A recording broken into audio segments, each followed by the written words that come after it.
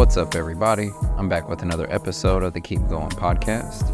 Today's guest is Devin Davis. He's the owner of Immortal Yoga and Wellness here in Oklahoma City. He's an awesome human being with a huge heart, focusing on being present, grateful, and always performing to the best of his abilities each and every day. He found yoga in 2019 while he was recovering from cancer. A time when everything in his life felt uncertain. He felt that he couldn't trust his body, and yoga became less about getting better and more about remembering that he was still here, still breathing, still capable, still human. His philosophy is simple: presence over performance. Yoga doesn't ask you to be perfect, it asks you to show up.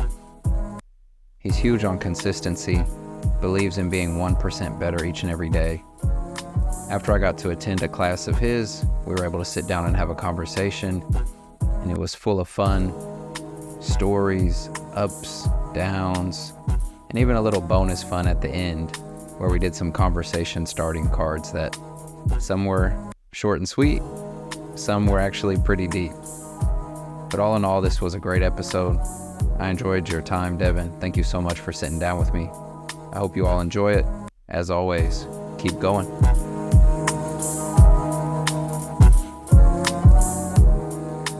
Devin, thank you so much. Yeah, thank you. This was awesome.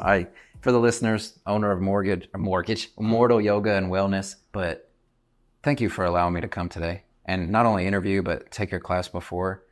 It's only my second time doing it this way, as far as doing yoga and then recording, but it's like the most relaxed you can be. So I'm super grateful. This is awesome. For sure. It's definitely the best way to start your day. That's how I do most things. I do yoga and then I can do other things throughout the day. So, well, I know we'll touch a bunch of subjects, but just starting out, can you tell me a little bit about like what led you to creating this environment, Immortal Yoga?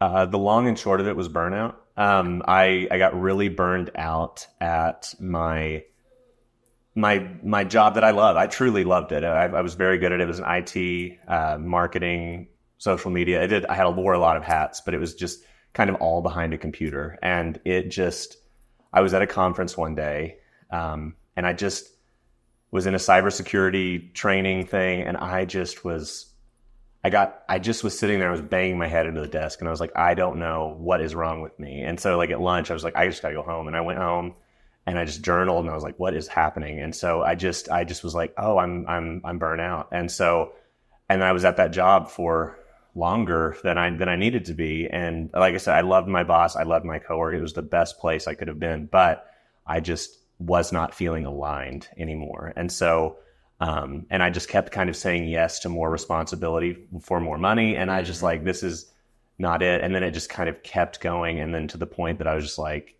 I was there, but not there. And so I just, finally put my notice in and just was like, I'm going to teach yoga see how long it works out. And then, took a huge pay decrease to do that. Course, yes. There's, you don't make a ton of money doing yoga or teaching yoga, but, I was happy. I was pretty fulfilled and still am. And then, that was about a year of just teaching yoga.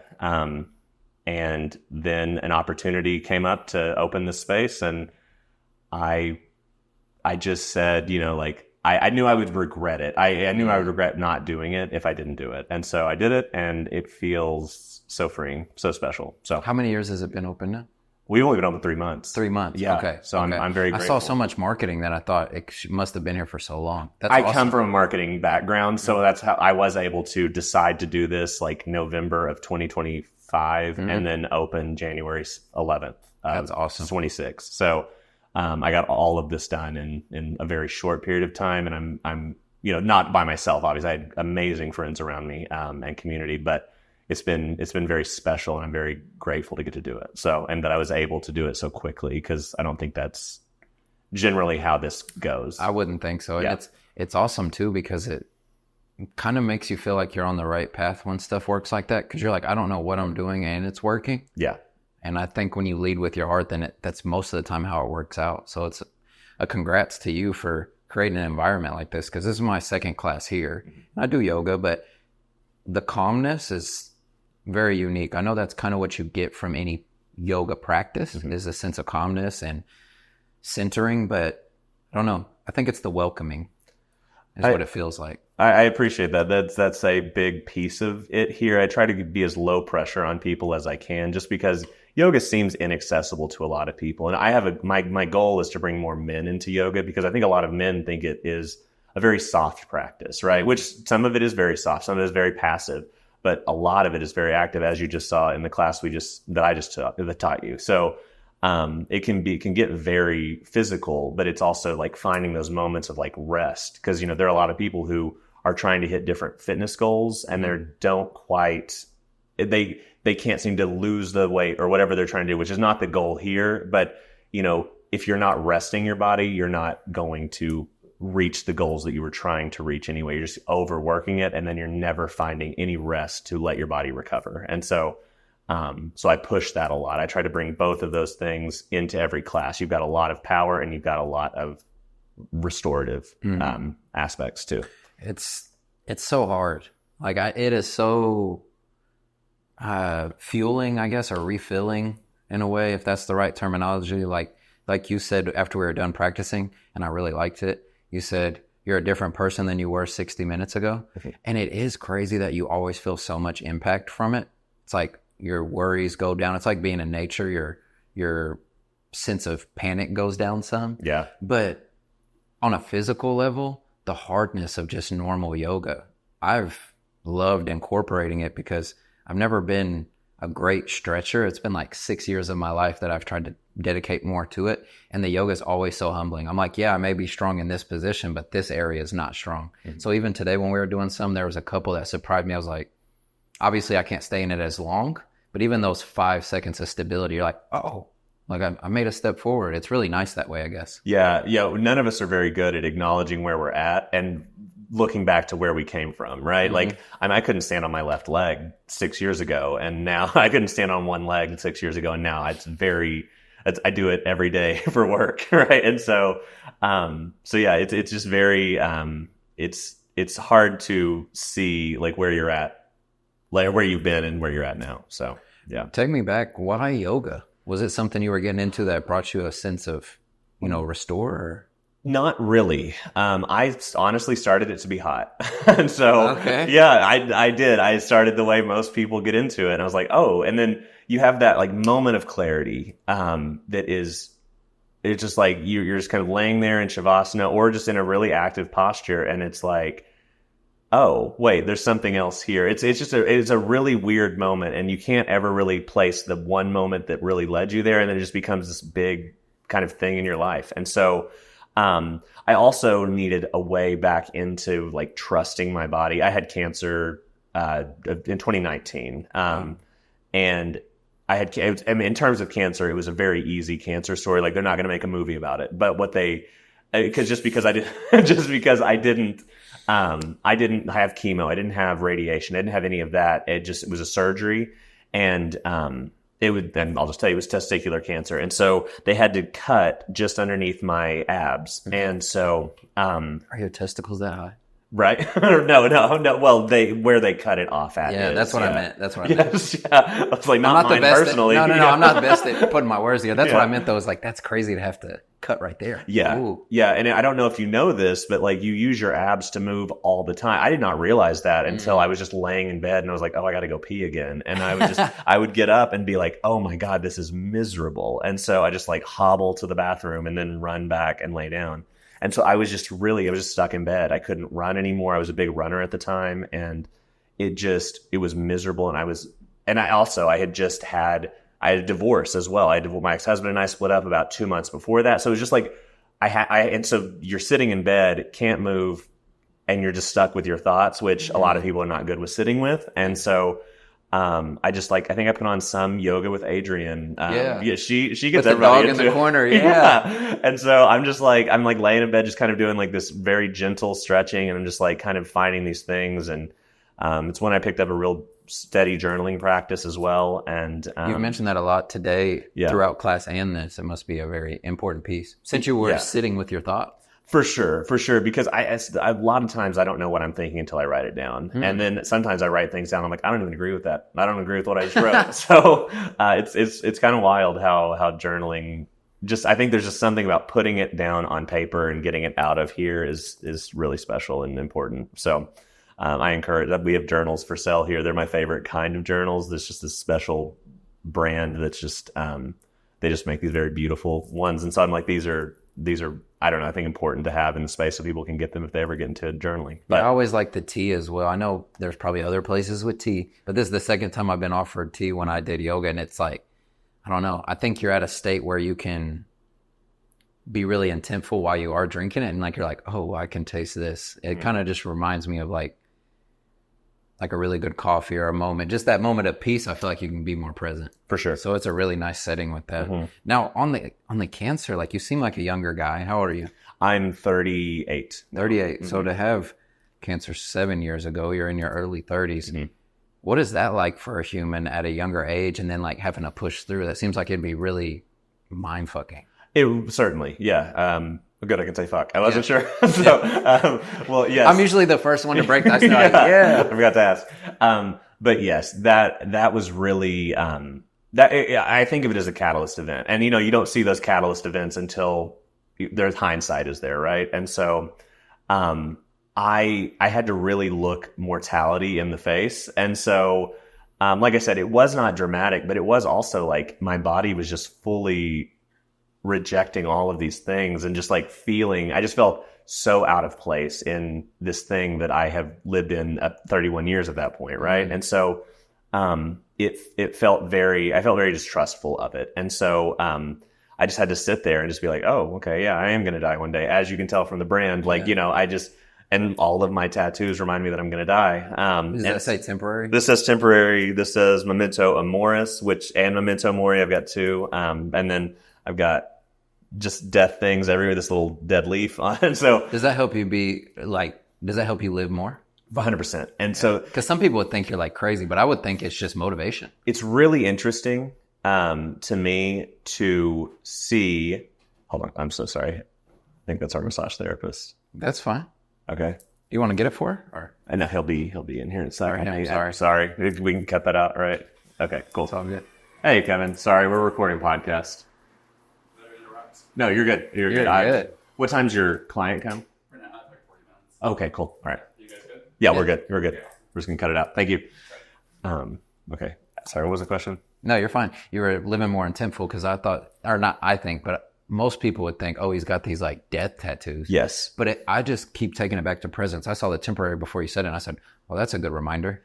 Yeah, it really is. Like I'm a mirror looker. Whenever I'm like having a bad moment, I'm like, oh, and then that's just something I just look and be like, okay, yes, this is all temporary. Everything is temporary. And so it's really interesting the lens with which people see a lot of the things that my tattoos, my brand, my everything. Like it's really interesting to see how people interpret it, because a lot of people that I talk to are like, they kind of see it as almost like, no, you belong here. I get a lot of that. Like, no, you belong. You're not temporary. You belong. And I'm like, no, I'm aware of that. I belong wherever I want to go, but I don't think it is so like, I think that because none of this matters, like all of this matters kind of a thing. Mm-hmm. It's very, very special to just look that thing in the face and just say, this is the reality of the situation. And so I can do my best every day, and my best is going to look different every single day. So that's how I feel. I don't know. Like you said, you don't know the exact moment when it happened, but there was a time in my active meditation where I just came to a realization that like, even if I do something a lot, like say I do yoga all the time, it still only happens that once each time. Like whether you're with family or meeting a new person or having a new experience, trying something you've never done, it's just that once. And that's helped me appreciate it more, because sometimes I found myself in a rush to get everything done. And I still find that, but there's moments where like today, where this is, even though we'll have a relationship moving forward, this is one time that I meet you for the first time and have a first class with you and do a podcast. So it's like, I don't know, it's kind of my temporary where I'm like, well, just be here. And that doesn't mean I don't get sped up sometimes, but I definitely resonate with that. For sure. I have this practice whenever I'm teaching in the park, and I'll tell my students in the class at the park, I'm like, I'll usually make sure that they like put their hands outside of their mat at some point, so they have to touch grass, right? Because we can go so long without touching grass now.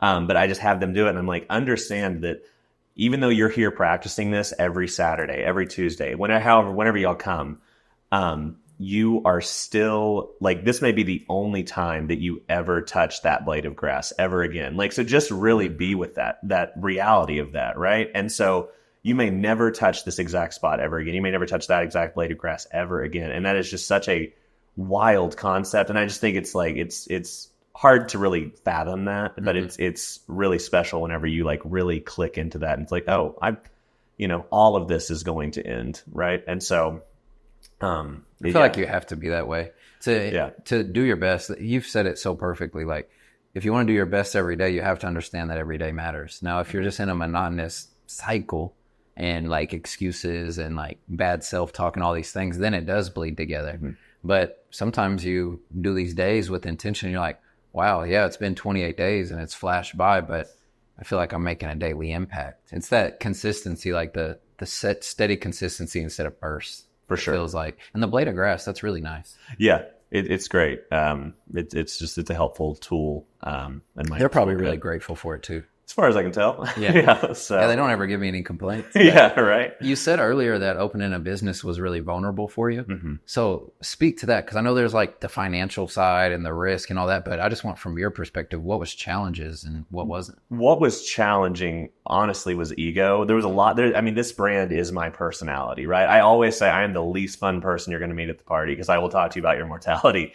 And so, but this brand is very, it's very me. And so I'm like, oh, if they don't like it, then they don't like me, And so I was really scared. I was like, oh no, is this brand, because it's not like any other studio in the city or any other studio that I've ever seen. And so, but I was like, I want to be proud of this. I want to come here. This is an extension of the way my house is, which, and so it's like, it's easier for me to spend more time here. My dogs are here a lot. So that's nice. But yeah, like I have this extension of myself, and it is like a baby, right? I heard people say that about businesses, but I was just kind of like, okay, whatever. And then it definitely feels that way, because it's like this thing that I'm really bad about asking for help. Like I said, I had a great support system around me to open, but I did build and bring all of this stuff in kind of on my own. And then I, as things were kind of coming together, like, okay, now y'all can come look at it. And so, yeah, but I definitely was scared to put something out there that was so vulnerable, just in case it was just in like, if we fail in a month, I was very scared of that. Yeah. And so, and I'm very grateful for the number of members we already have. I'm blown away every time I look at it. I'm just like, that's special. That's so special. And so it's that being on the right track, like we said earlier. Yeah. Yeah. I think so. It's, I'm like I said, proud. I'm very proud. I'm grateful.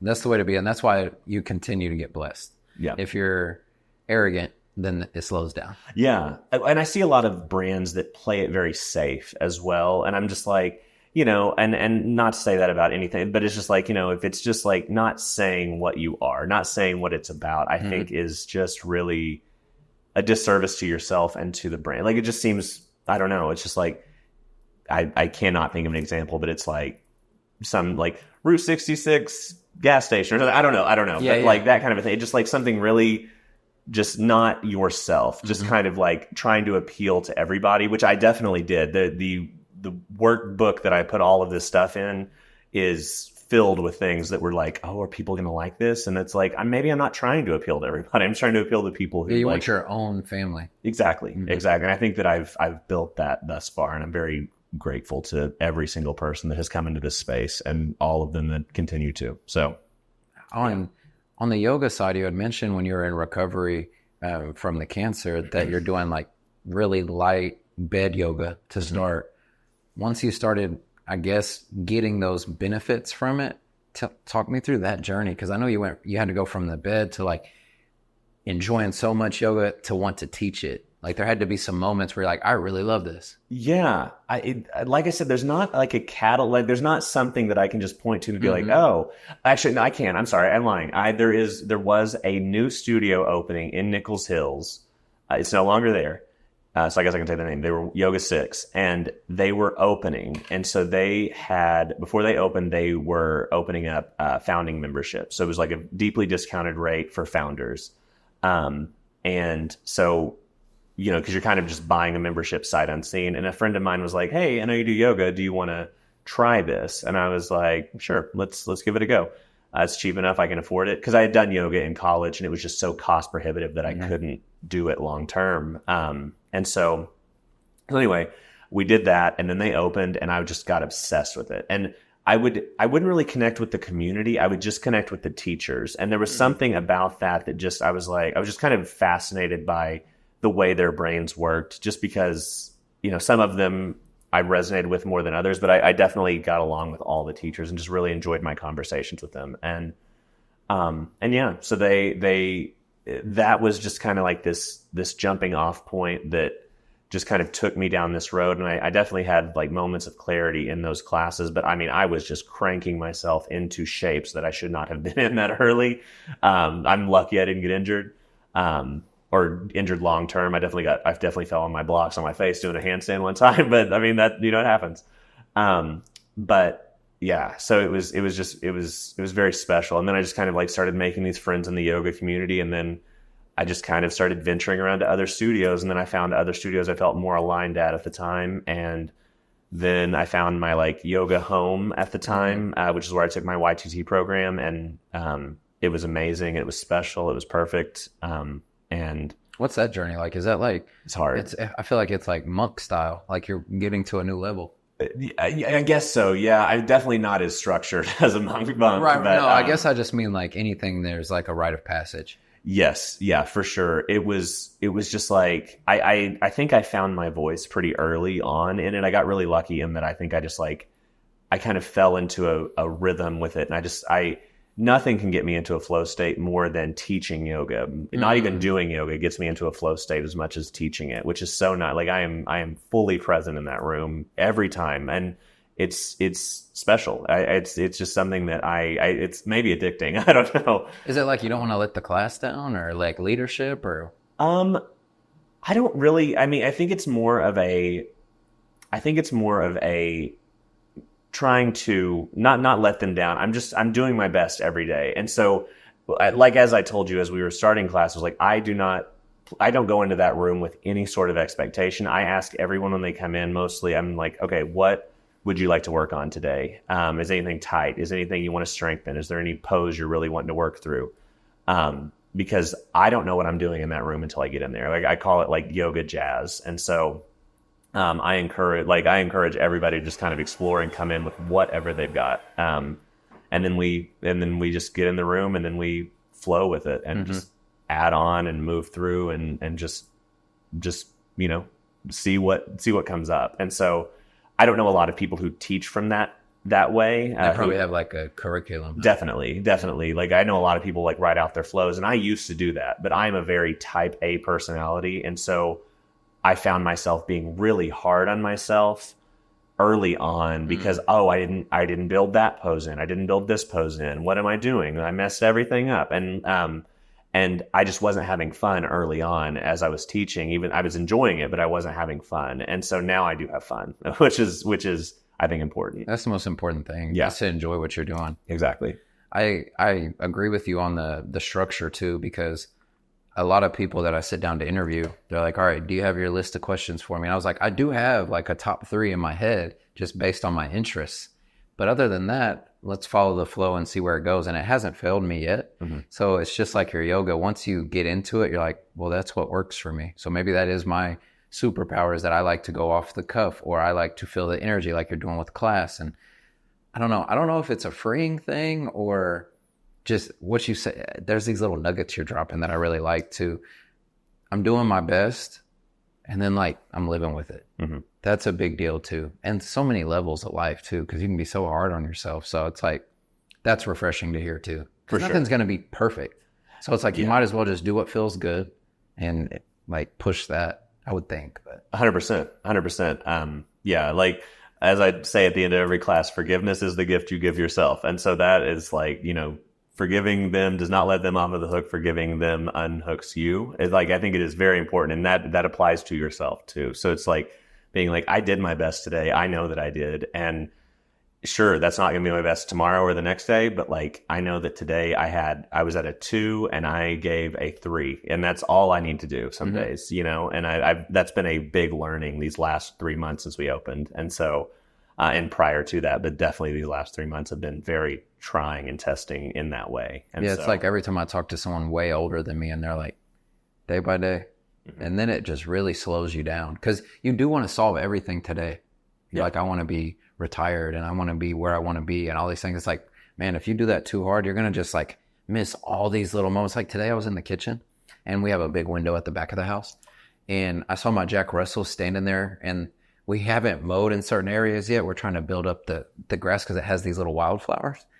And he was like by the wildflowers and the wind is blowing and he's just looking in the wind. And I was like, this is a really nice moment to witness. And that's just one example, but it's like, if you're too rushed, you just miss those little moments. Or like you're saying, when you're meditating or having coffee or tea, like even right now talking with you and getting to routinely sip that tea is just like a active meditation and a presence builder. So it's a nice thing to be a part of. Because there's so much negative that you can think of and so many challenges and like all the stress. You had said pick a word or like a mantra, or not mantra, an intention. Intention, yeah. And I just wanted to do one word and I was like tranquilo. So every time I started to like get off, I'd be like tranquilo, like calm, calm, calm. And it really helped. Like, do I have stuff to do after we have this great conversation? Yes, but that's normal life. Be here. And so even the practice was like right on point. So it's another one of those things right on track. That's why I have this 222 here. Is like angel numbers of being on the right track. And I'll be going to appointments. I'm in real estate or traveling or stuck behind somebody in traffic and their license plate will be 222, or there'll be a dumpster next to a building and they're spray painted 222. And I'm like, I guess I'm going the right way. And it's one example, just like being present, seeing my dog. But it's like the more moments like that you can stack, it just seems to make everything else not as heavy. For sure. I don't know if you feel the same way, but it seems like you're on that track. Definitely. And this is not to get too woo-woo, which I consider myself too analytical to be too woo-woo, but that's probably the best way for me, though. Yeah. Is someone that can analytically think, but also understands the things they can't understand. Yeah. Well, I love like the multiverse theory. I love it so much. Like Everything Everywhere All at Once is a life-changing movie. It's perfect. But I just think about like all of these different versions of me. There was a version of me who did not make it here today to do this. And so I think about that constantly. Hey, got hit by a bus in New York City. There are infinite possibilities and most of them I don't exist in. And so like that is so interesting to me, just to be like, oh wow, I get to exist right here, right now in this place. And so that is something that I think is very special. And just again, like, it's like, oh cool, I get to do this every day. And so I think of everything in terms of if fate allows. So if fate does not allow it, then I may not, then this isn't going to happen again. But, should fate allow it, I'll see you tomorrow kind of a thing. So it's really nice to just acknowledge that is the reality of the situation and that we're just here right now. So, yeah, no, 100%. Can you speak to when you're starting the bed yoga and that's funny to say that. So I'm not trying to like minimize it. It's like where the starting point was. Yeah. But starting with yoga in bed and pushing through cancer recovery, you had a divorce, you said. Like, how did yoga help like bring you strength? I was very, very outwardly focused. I had picked up a meditation technique probably meditation practice about 3 years prior to my divorce. But I don't think I ever did it. Not that you can do it right, quote unquote, but I definitely thought that I had some sort of knowledge of what I was doing and that I was like sort of self-aware. I think that I am more so now. I definitely am not, an enlightened being by any stretch of the imagination, but I definitely think that I do have like some awareness of myself now and the things that work for me and things that do not. And so, my ex-husband and I, like, we definitely did not, did not belong together, and I just didn't know that. And it was just it was so great whenever we both just were like, we're not happy. We don't have to actually do this anymore. And the day that we realized, I was like, oh my God, this is so freeing. I felt so free. And then So it was more of like a mutual. yes, definitely. That's so much healthier, I would think. Oh, for sure. It was Because I'm sure you still care about him as a person. Oh, for sure. Just not with he you. met the person. He's with his new husband now, and I think from what I hear, he is the best guy, exactly who he needed. Doesn't that make you feel good? 100%. With ex relationships where you're like, man, they found someone that like fits them. When I see it, and I wasn't like that growing up. Oh, no. Like if I was in that, it was like possession. And then now looking back, or even like now when I see it, I'm like, man, good for them. Yeah. Like, oh, they have kids, or oh, they have a family, or oh, they just travel the world. Like all these little moments. And I think that's a big step in our maturity too. Oh, I think so. You speaking to it is huge. Like, for sure. Okay, great. He found something that works for him better as I'm building myself. Yeah. I mean, we would not. There was no world in which we would have made it through COVID together, being stuck in a house. So I'm glad that we figured this out a year before COVID hit, and then a year later you get diagnosed with cancer. No, like 2 months later. 2 months. Yeah. So it was a lot in a very short period of time. So, but I mean, you have to really take a long, hard look in the mirror when that happens. And, when both of those things happen in such a short period of time. You probably say, or not at the time, probably not, but looking back, I bet you're like, wow, what a refreshing chapter. Yeah. Like, here's this new version of you. If you want it. If you want to just I could your be life calloused and mean as hell, and I choose not to. Mm-hmm. Like, I choose to be the opposite of that, I hope. I mean, I definitely don't get it right every day, but I think I get it right more often than I don't nowadays, hopefully. So, but yeah, no, for sure. I definitely am like, because I mean, I see people who are really calloused and mean. And I'm like, you're 35, man. Like, you just gotta let's try to like. Do you want to be like this the next 40 years? Like, does that seem fun to you? Like, that seems so lame. Like, boring. It seems boring to just think you know how the world works. And so I love that our answers for that type of stuff are so simple. Mm-hmm. It's like, that just sounds terrible. Yeah. Like, why do that every day forever? Yeah. Like, just relax. And it's also those people that, and I've said it a couple of times, but like, when you're talking to them through challenges and they're like, excuse. It's like, all right, dude, or ma'am, whatever, just whatever, I'm done. Because if you're just going to think of like a roadblock, you're not going to be able to navigate that and go with the flow. And that doesn't mean I'm perfect. Just like you said, you don't get it right every day, but it's electrifying when you do get it right. Because you're like, wow, I mean, I could have been real negative. Last night I had a moment to myself with my dogs. My wife was out doing things with her friends, and I just felt like a really cool moment of fun. It's like I had some music playing in the house, was shooting some pool. And it's funny when you acknowledge that you're in a happy moment.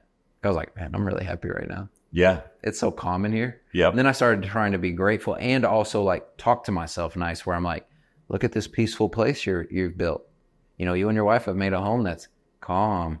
It's not like what you're used to. Mm-hmm. Like, look, your dog's just hanging out and getting mad at me because they want to go to bed. Yeah. But it's like, these little moments, man, where you got to go at yourself on the back. I have a question. How do you avoid, because I'm the same way. Like, whenever I catch those moments, I'm like, oh my God, the light pollution at my house is not crazy tonight. Like, I can see the stars. The dippers. Yeah. It's so cool. But then I catch myself being like, okay, I have to really enjoy this. And so I'm like, how do I keep from being perpetually reflective and be like, oh, I'm so happy. I got to be happy. And I got to be happy. And like, I fall into that trap of trying to acknowledge every little thing all the time. And then it becomes like a job in and of itself, right?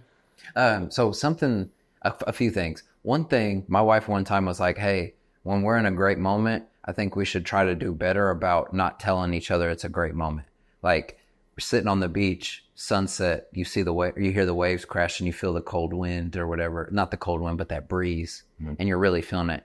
Instead, just feel the energy. Because you want to say, like, even me and you, say we were sitting outside right now and the wind's just perfect. We have our coffee or our tea or something. We got snacks. We're just so comfy. Mm-hmm. We're going to want to be like, man, this is awesome, dude. But there's also beauty in like the silence of enjoying it. Now, that doesn't mean I'm perfect of it. I usually want to break the silence. Mm-hmm. But that's something I try to do is, especially with my wife, I'll sit there and I'll be like, oh, I want to talk. I think this is the moment to enjoy it. By myself, I just try to, like you're saying, think about it, but I don't try to manipulate it. I'm like, oh, this is fun. Let me make it more fun. I'm just like, enjoy. And if it's only 10 minutes, 5 minutes, an hour, whatever it is, I try to take the pressure off. Okay. Now, I'm not always perfect. Last night, I felt like I was wavering a bit. So I went and lit a candle by my little speaker. And I was like, I'm going to just, when I'm off, I'm just going to look at the candle. Because it's just like, methodic, I guess, just waving. So that was like my physical piece yesterday. But I just try to enjoy it. And it goes back to me saying stuff only happens once. So like, I interviewed a guy on the podcast the other day that runs a tactical shooting range in Yukon. Mm-hmm. And he was like, hey, let's shoot after. And I was like, cool, I didn't expect that. And in the moment, I have stuff to do. So I'm starting to feel rushed. I'm like, no, man, you're here right now, though. There's a million things you can do. You could stop right now and work. You could call your mom. There's this endless list. Like, just be here. And like I said, it's not perfect, but I try to just correct it because I also feel like recognizing the moment is the win. Mm-hmm.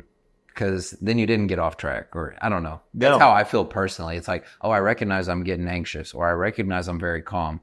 Cool. Sit in it. Yeah. And that's been my path, because I do have a problem of getting too worked up sometimes, or real estate's calling, but then I want to take care of something at home, but then I need to go do something physical. There's like this little rotation, and I start to get sped up, and I really try to slow it down. It doesn't always work, but for the most part, I'm winning more than I'm losing. And I just try to do my best, like you say. Yeah. Long-winded to say, like, recognition, I think, is the strongest thing. Okay. Yeah. I had one of those moments of clarity. It was 6-7 months ago, probably. I was in my car. I was driving to a studio to teach, and it just, like, I'm driving down 30th, and there is just this moment where I just like get giggly, and I just kind of giggle in my car, and then I'm like, oh wait, I feel myself being like, okay, I need to, where's this coming from, so I can chase this feeling. And I was like, no, just sit with the giggles. So I sat with the giggles, and it was just like one of the most special things I could have done. And it was just like, it was very nice. I don't know where it came from. I don't know where it went, but I know that it was really nice for about 7 minutes in my car. So, and you don't ever get that back. No, that moment is always unique. Exactly. So that's what I try to lean into. It's just those moments of happiness. I mean, that's all we have. Mm-hmm. Like, life is already hard enough, and you know it's going to end, and you don't know when it's going to end. There's all these not negatives, because then you're scared. Then you're scared of it. But I don't know. You just got to enjoy it. It's not that serious. Yeah. Now, that doesn't mean we don't have a lot of stuff to take care of, but if that's all you focus on, you're just not living right, in my opinion. I agree. Yeah, I agree wholeheartedly. Something I was thinking about with the journaling is I don't journal enough. I'm a note taker. I even brought a notepad today of just like everything I need to do or something I'm thinking of, but I don't like sit down to journal.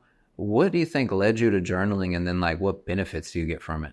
Okay, I'm going to plug another podcast on this podcast. Perfect. It's called Feel Better, Live More with Rangan Chatterjee. He's this doctor in the UK. He's very holistic, but he is a medical doctor in the UK. So he's not just like, selling snake oil. He is very much of the mindset that you can kind of heal yourself or deal with most of the problems. I mean, he's put people in like with diabetes into remission kind of a thing, with lifestyle changes. Lifestyle medicine is really what he calls it. And so with diet, exercise, mindfulness.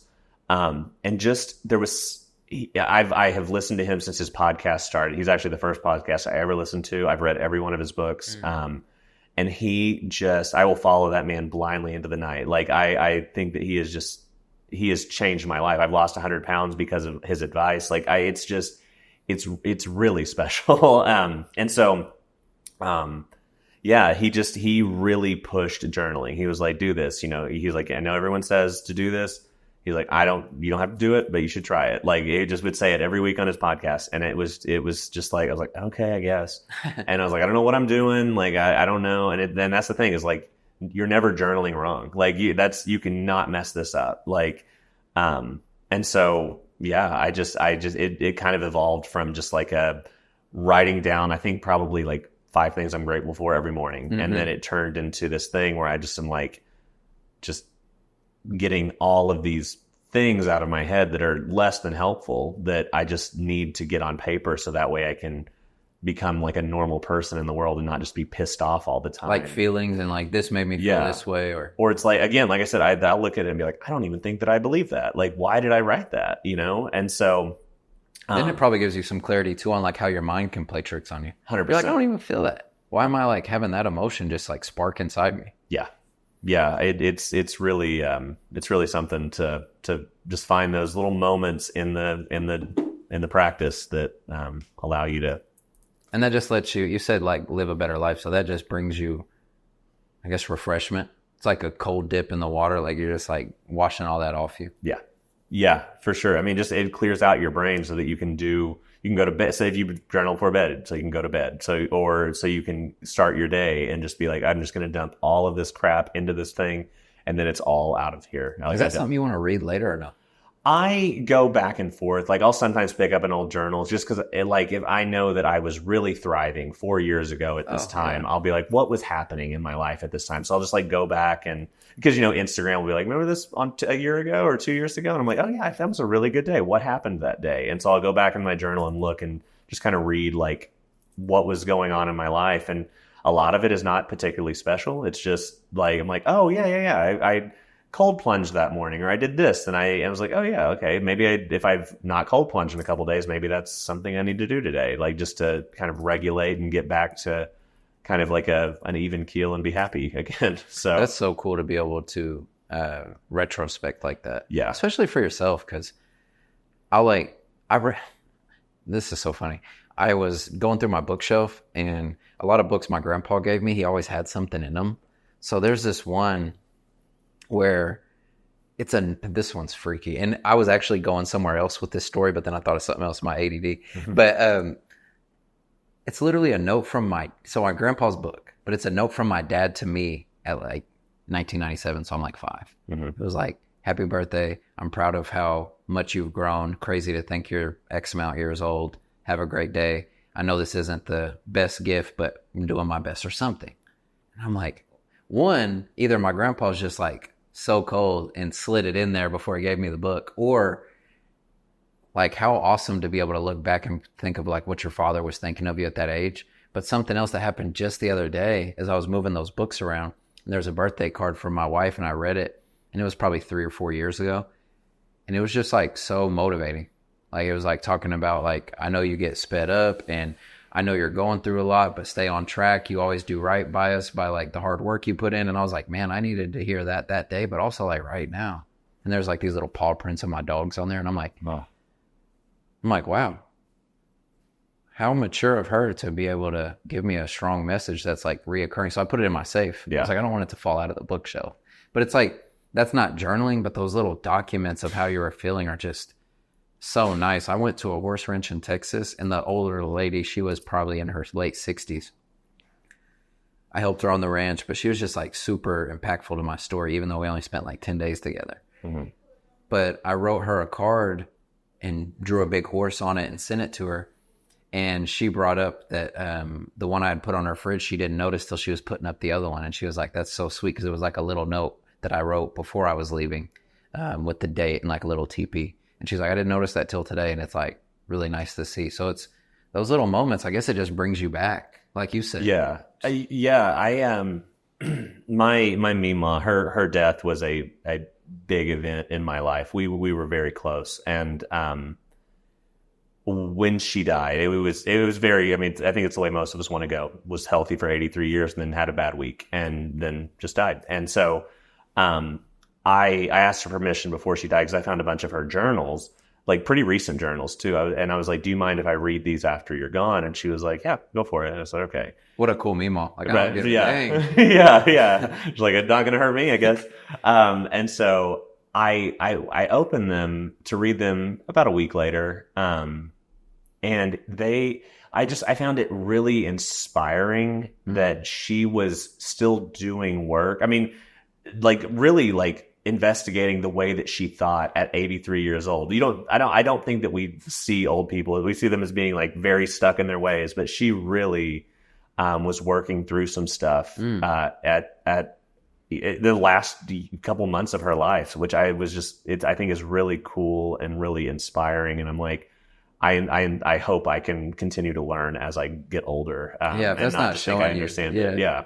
Oh my gosh. So yeah, if that's not showing you that you can always get better. How cool. Yeah. Like, think of your Meemaw sitting there like, I could have done this better. Yeah. Or this emotion is different to me. It's like, dang, you've experienced thousands of days and you're still on it like that. Like, yeah. And she could have easily been calloused and mean, and she was a stern woman, but she definitely was still working on stuff and just being like accountability. And I'm just like, that's really surprising. You would think you wouldn't give a shit. No. Yeah. You think like, I'm never wrong. So what are you talking about? And if you were to talk to her, you would kind of think that that's what she was thinking. But to read her journal, I'm just like, that's wild. So what a good thing for you to ask. Those are those things that are so impactful in our journeys personally, when you just ask for a moment that maybe wouldn't have come to you if you didn't ask. That doesn't mean that she wouldn't have still been willing to do it for you, but she may not have thought, hey, read my journals when I'm gone. Or if you did find them, you may have felt bad. Yes. Yeah. So it's like those little moments they'd probably be so still good. sitting on a shelf, and I would have never opened them at this You're like, point. no, I can't. I didn't ask her. And then you're like waiting for a dream to happen. So you like get permission, but it's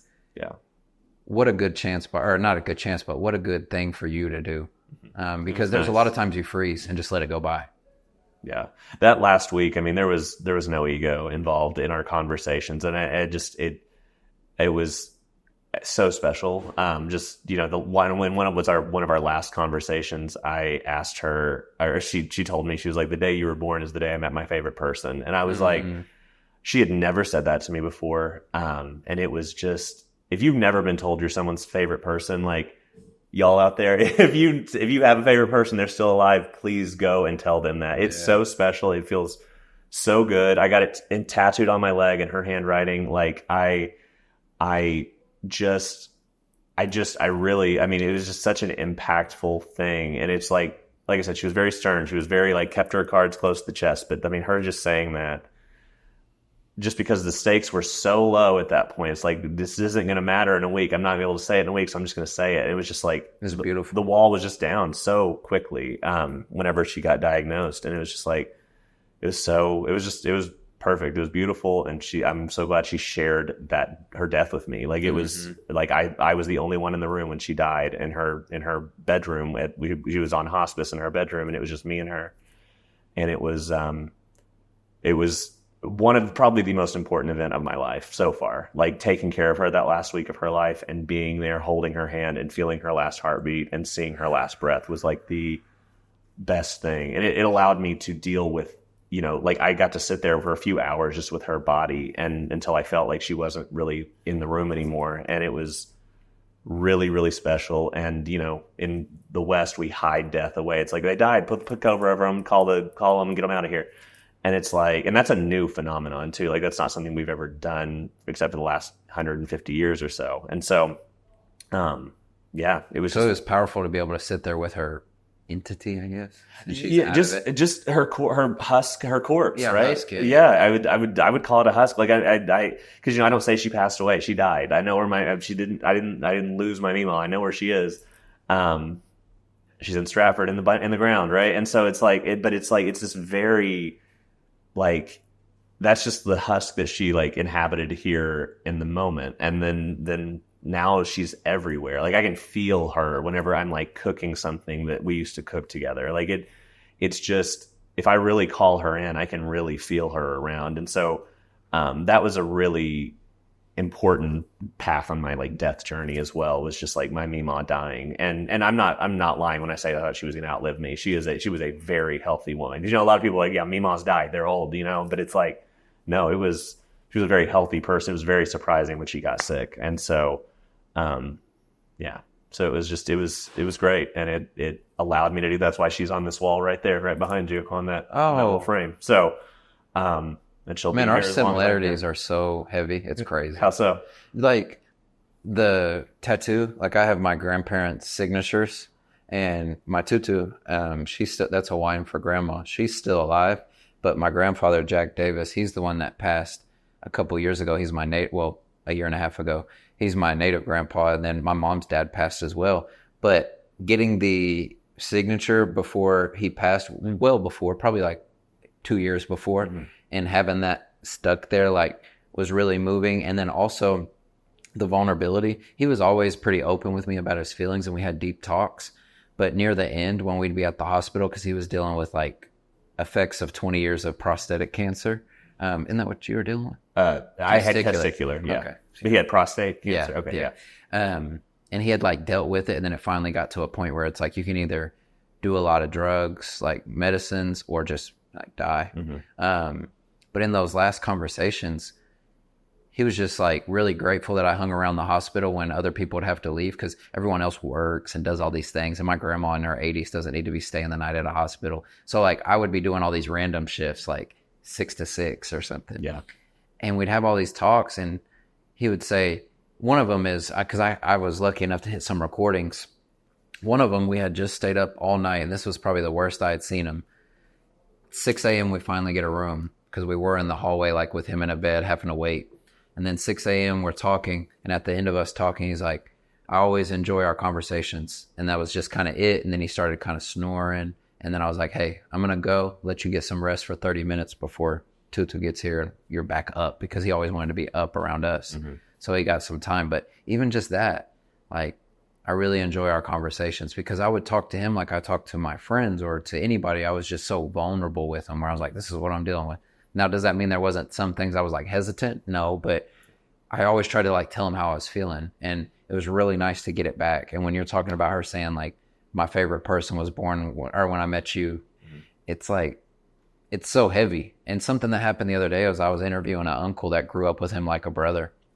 And he was like, yeah, I always heard good things about you even before we had like a big relationship. And I'm like, man, that's even more powerful to know that like he thought fondly of me around others. So there's like all these little moments, because if you were to do it at my home office, I have a little shrine with his picture and things like that. So just the little moments in our story about how we could have let it just callous us and be like, well, I lost my grandpa and I lost this and I divorced and I'm this and fuck the world. It's like, no, every piece of like pain, you just used it as a lesson. And we're talking like we haven't figured it out. I hope people don't think that. This is like how I think intelligent, vulnerable, open people communicate. You're not like absolute knowing that these things are correct, but you're sharing your experience. Yeah, that's all I'm an expert on. I am an expert in nothing else. I'm not a yogi. I just play one on TV. Like it's really like I know nothing. And that's a big part of everything. Is just like which makes it exciting. To not know everything is so cool and so exciting, because it's like, oh, I get to just like vibe and like see how things turn out. You know, it's like I don't know the way of the world, and I say that I got mad in traffic on the way here. I'm like, well, this girl knew that I was there, and she didn't. There's no telling if she knew I was there. Like, but I'm just like, let's just chill. Like, it's all fine. Like, it's not that big a deal. Like, I can relate. Yeah. As far as Mortal Yoga and Wellness, what would you want people to know that like are wanting to try yoga, why they should come here, and also kind of tangent to what makes you all different in your opinion? Not better or worse than someone else, but what makes you unique? Yeah.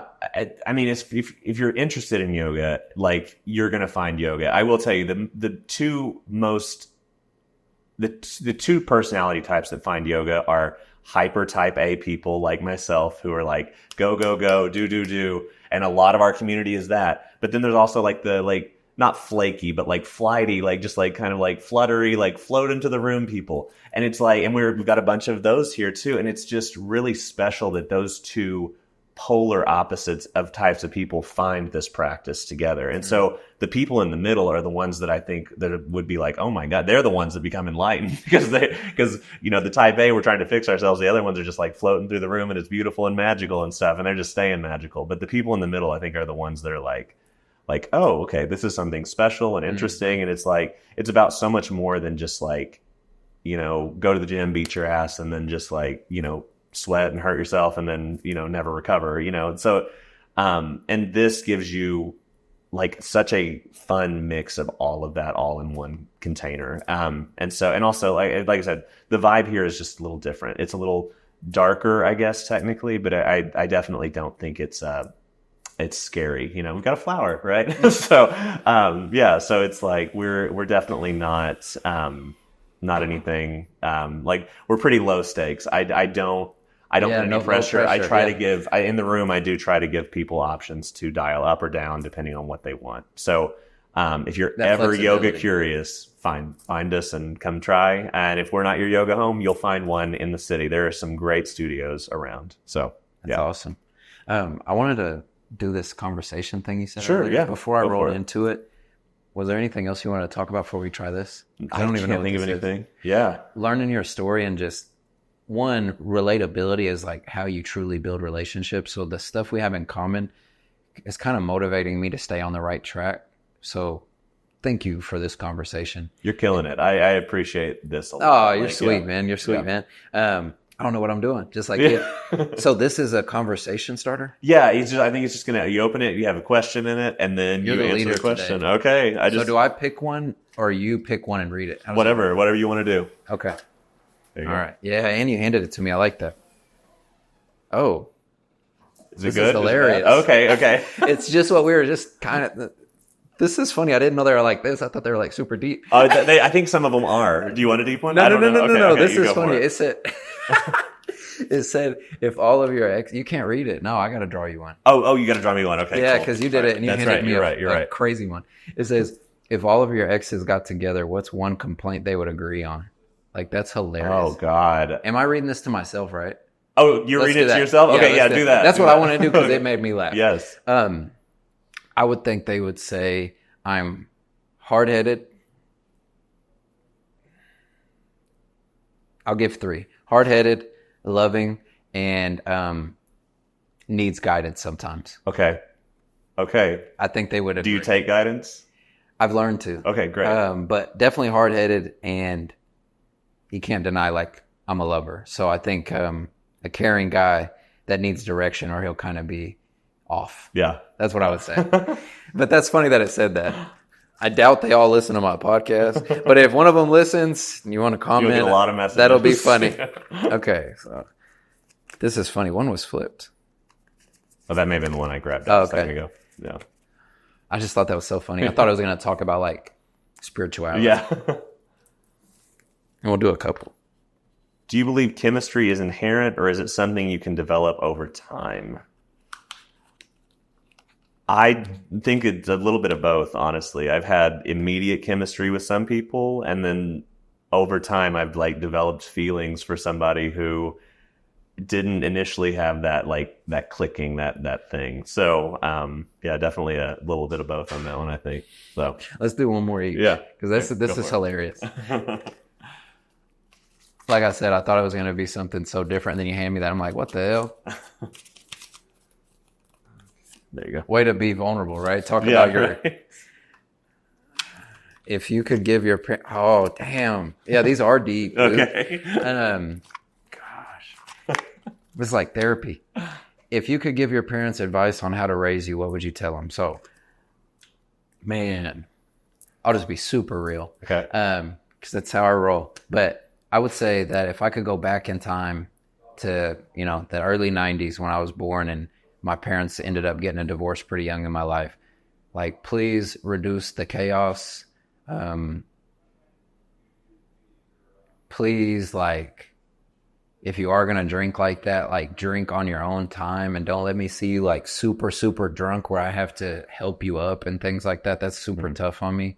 And in those moments when I'd see that, it would just make me feel like really let down. And my wife, Rachel, has seen it as an adult when a moment happens, and I'm trying to shake it. So I would say, minimize the arguing and the drinking, and like, even though you provided a safe space, just like double down. Yeah. Because I was always by myself so much that I felt like there was a lot I could have avoided if I was taught, but I also don't take it back because I love like the independence and the free will that I developed. But I think those early years of chaos with like drinking and fighting and divorce and multiple partners and things, I think it really fucked with my like sense of love. And I think maybe sometimes I got too attached to someone or not enough attached, and just kind of like a weird balance till I found it myself. Yeah. Do you think you'd be doing this now if you hadn't had that? Probably not, because I think if I didn't have the upbringing I had, I'd be one of those people that thought I had it figured out, to where like I really don't, because like I would have never thought even as simple as playing pool in my house with the bills paid and the lights on, like, and I could keep going, but even just that is like so much Yeah. that I'm not used to. Like I remember utilities getting cut off. Like it wasn't and I'm not saying we were dead broke, but that was normal. Like, oh, the water's off. Go use the key and turn it on so you can take a shower and then turn it back off. Or the electric's off, it'll be on in a day or whatever. Like, I think the struggle helped a lot. I know it helps me and my wife a lot because we came from tough backgrounds. Hers tougher than mine, but it helped us resonate to be grateful. I don't think my gratitude would be as much without it, but I was also blessed to have my Papa and Tutu, who is my dad's my dad's dad and his wife, that really gave me the biggest sense of security. So that was like the safe place. Even though my mom always protected me, my dad was always protecting me. They just were separated, so their household wasn't as consistent as it could be. Yeah. To where when I went somewhere and it's like, no, this is a husband, a wife, and a dinner and a tablecloth. You're like, shit, we eat at the table. Yeah. Like there's all these moments. So no, I don't think I'd be where I am today. I think I wouldn't love as hard probably, and I think it really helps my gratitude, even in the simplest moments. Yeah, we're humans are meaning making machines. We're like, we got to make meaning out of this. But I do truly believe, like, you know, if all of these childhood events happen, you know, and make you who you are, like, but you may need to heal, but you would have the ability to heal because of them too. Mm-hmm. So it's like there's, again, maybe just justifying behavior that I wasn't right, but I mean, still, it's like I'm grateful for all of those things that were not ideal as I was growing up, and it's special. Like I wouldn't have done this without all of that. Mm-hmm. So yeah, it's that multiverse stuff. Exactly. Yeah, there's a version of me that had everything that they wanted, right? Man, I'm gonna have to get these. They're fun. This is like a good addition to the podcast. Yeah, right? Even if I just do one, like this is funny. All right. Yours, even though we've been handing them, yours you're gonna pick. Oh, okay. Because I feel like you've got the energy to know which one you want. I'll do this guy. If a museum had an exhibit about you, what items would they put on display? Yeah, let's get more comical. Right, yeah. Probably some fermenting jars and like some SCOBY for my kombucha. Oh, that's the starter, right? Yeah. I have a continuous ferment going right now, and it's like a continuous kombucha jar, and so it's just got all this SCOBY. It's so beautiful right now. So it's just like a good-looking man statue with. It's actually fungus. A skull. It's a skull, honestly. Yeah, it's in this beautiful like skull like picture, and it's just like my favorite thing. But yeah, so there's that. What else would they? I mean, there'd be a lot of pictures of my dogs. What are your dogs' names? Reba, who's like the studio dog. She's up here quite a bit. She's a Chiweenie. She's on my leg. This is her. Oh, she's cute. Yeah, and then Jax. Probably better in real life, huh? She's sometimes. Yeah. Jax. What kind of dog is that? He's a multi-poo. What's a multi-poo? Like a Maltese and Poodle mix. Oh. So he's little and not yappy. He's one of those like kind of crusty dogs. You see crusty dogs that are just like white and got long hair and just got crusty eyes all the time, even after a bath. And so he's kind of that. He's just kind of stinky. And he's just like, what a good answer. Kombucha starter and then like some pickled something in the back. And then you got your dogs. And like my dogs. Yeah. That's hilarious. That was awesome. I'm glad that I asked you what those were before the episode, because the episodes are always so much fun. But that was a lot of fun. Yeah. And it's funny that we had to go like deep and funny, but that was cool. Yeah. Was there anything else you had before we wrap up, man? You've been a pleasure, and you made my day better being able to come do this with all the chaos going on, the work appointments, all the to-dos. Mm-hmm. It was really nice to come in here, do some yoga, relax, and then have this. Every time I feel not overworked, but like, do I want to do that podcast today? And not like towards you or a person. Yeah, no. It's just like, do I want to do that today? Should I do something else? It's always awesome. Yeah. So thank you so much. You're welcome. I'm the same way teaching class. There are days I walk in and I'm like, God, I don't want to teach today. And then as soon as and I'll tell my students at the end of class, I'm like, I did not want to teach today, honestly. But I was like, I have never regretted teaching a class. I've never regretted taking a class either. Even a class I did not like. I was like, I am glad I took that class. I feel drastically better. And it takes 60 minutes at max. You can take less than that if it needs to. But yeah, so I appreciate it. I love what you're doing. It's special. It's perfect. It's wonderful. And I appreciate you. Yeah. Yeah, for sure. We'll get out of here. Thank you for your time. Thank you.